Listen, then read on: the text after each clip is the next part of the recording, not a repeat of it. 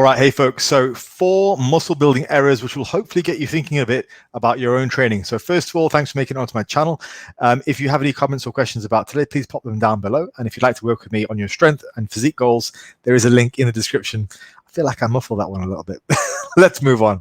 So yeah, just some quick 4 talking points which I want to just pop on the screen and just talk through a little bit in the effort to help you guys. Firstly, I'm going to say here an inappropriate surplus. It's not always that people aren't eating enough. Oftentimes it's those who are eating too much as well. And it really boils down to 2 different types of people that I've seen, who I've worked with. Firstly, those who've got trouble gaining weight because they're eating too little.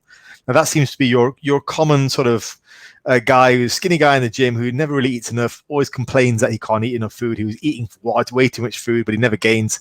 The reality is, if these guys, who we hate, by the way, because they have trouble gaining weight, if these guys really were eating a lot, they would be gaining weight, or at least gaining some fat. But they really don't gain anything. They really don't move. They just have reached a decent kind of equilibrium.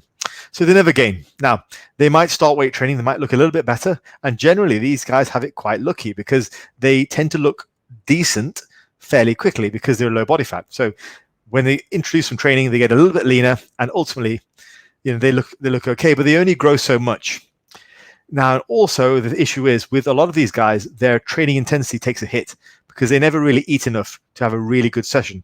So these guys, trouble training, gaining weight, they look the same year in, year out. They might kind of look like they train. They might even have a six-pack, but they never really get anywhere near big or anywhere near their goals.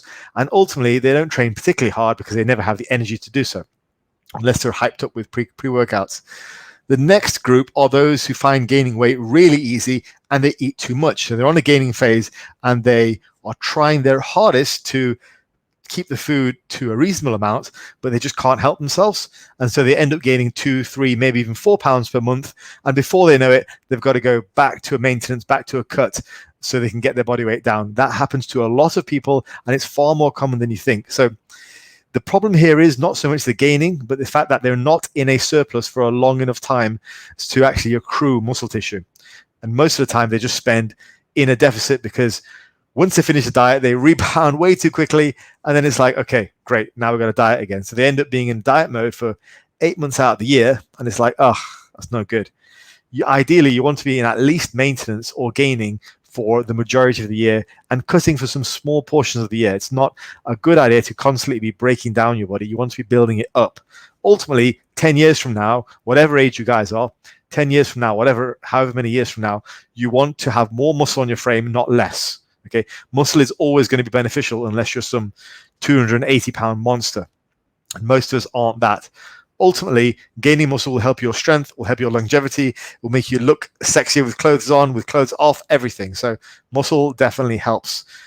So you should be in a surplus for the majority of the year. With these guys, they're not eating at a sensible amount, so they gain too much fat, so they have to go back to cutting almost immediately.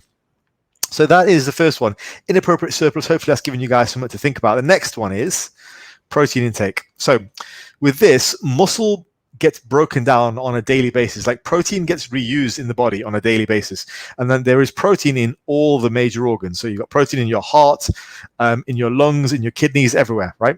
And the muscle gets broken down on a regular basis, gets sort of recycled, as it were. Now, and we have a certain amount of need of protein for that, for maybe like 80 to 90 grams. Now, if you add training on top of that, your protein requirements become sky high. Now, there's a certain amount you need just for maintenance, and there's a certain amount you need to actually gain muscle on top of that. To gain muscle, we know we've known since the late 90s that it's about 0.8 grams per pound. Okay, so for a guy who's, 200 pounds, it's about 160 grams. That's the absolute rock bottom minimum, assuming they're in a calorie surplus and the rest of their calories are, providing nutrients for that. So if you don't get as much as that, what's going to happen is your body will begin to pull protein from other areas that it needs to survive. So it's always going to prioritize the essential areas. So your brain, your heart, your lungs, your kidneys are always going to be prioritized over your biceps and your quads. That's just the way it is. Your body doesn't care about extra additional useful muscle. It just cares about keeping you alive. So therein becomes a bit of a problem. If you're training hard, you might literally catabolize your muscle tissue in an effort to actually train if you're not getting enough protein in on a daily basis. So that becomes an issue. So that's the second point. Third point is this: cardio. Now, this is just my experience of what I've seen in lean lifters. I've consistently seen even lean lifters benefit from cardio for whatever reason. Perhaps it's something to do with partitioning, perhaps it's something to do with appetite. Lean lifters seem to get better results by adding in a little bit of cardio and staying somewhat active at least while they are in a gaining phase. Every single time I've seen that. Something with the addition of some steps, maybe up to around, say, 10,000 steps, maybe more than that, even in lean active lifters, seems to help their muscle gain.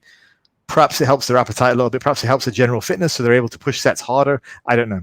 And for lifters who tend to be a little bit on the tubbier side, well, it just stands to reason that some added cardio is going to be a good idea and it'll benefit to them.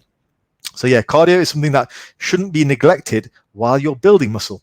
So the old sort of adage about training, a few times a week and then going home and resting like a lion because that's what lions do. Yeah, you know what, dude? You're not a lion. Like, newsflash. Okay, you've got a 9-to-5 job and you've got bills to pay. Like, you're not a lion.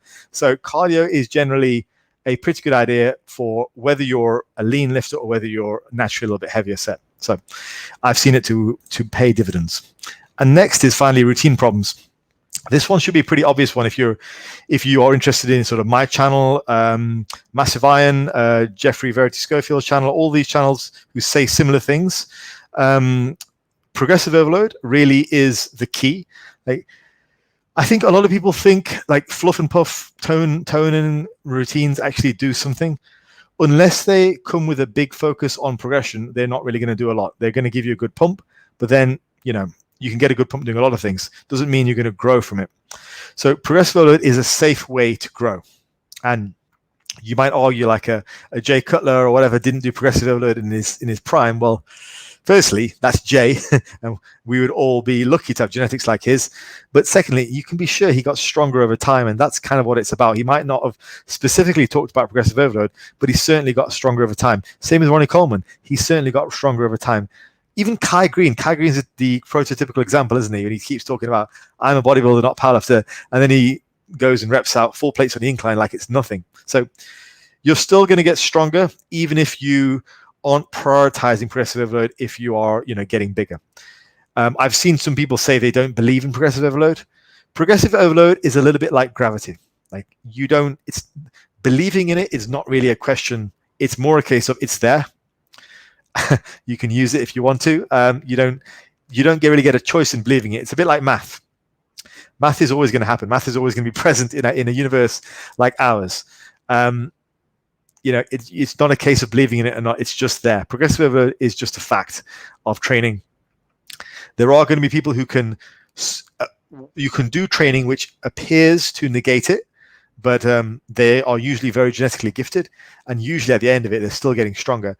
For somebody who says that they don't do progressive overload, don't believe in it, I would consider looking at their status in terms of genetics and also supplementation use. Let's just say that with a very sort of liberal hint of sarcasm there. All right, folks, I will call it there. Hopefully that at least got you thinking a little bit about some of the things that might be your own stumbling blocks. And some of these things might be stumbling blocks for multiple years, like large periods of time, like months and years, particularly the things like diet. There may be problems that you're having for a long time and for many, many years. And they may always be presenting that hurdle to you whenever you're making some progress. And if that's the case, hopefully this is giving you something to think about. And if you'd like to talk to me some more on this and would like to work with me, I do have a coaching model, which is very well priced. And there's a link in the description for that if you'd like to know more about it. All right, folks, I'm going to call it there. Hopefully you found that useful. That's all I ever try and do. And I'll speak to you.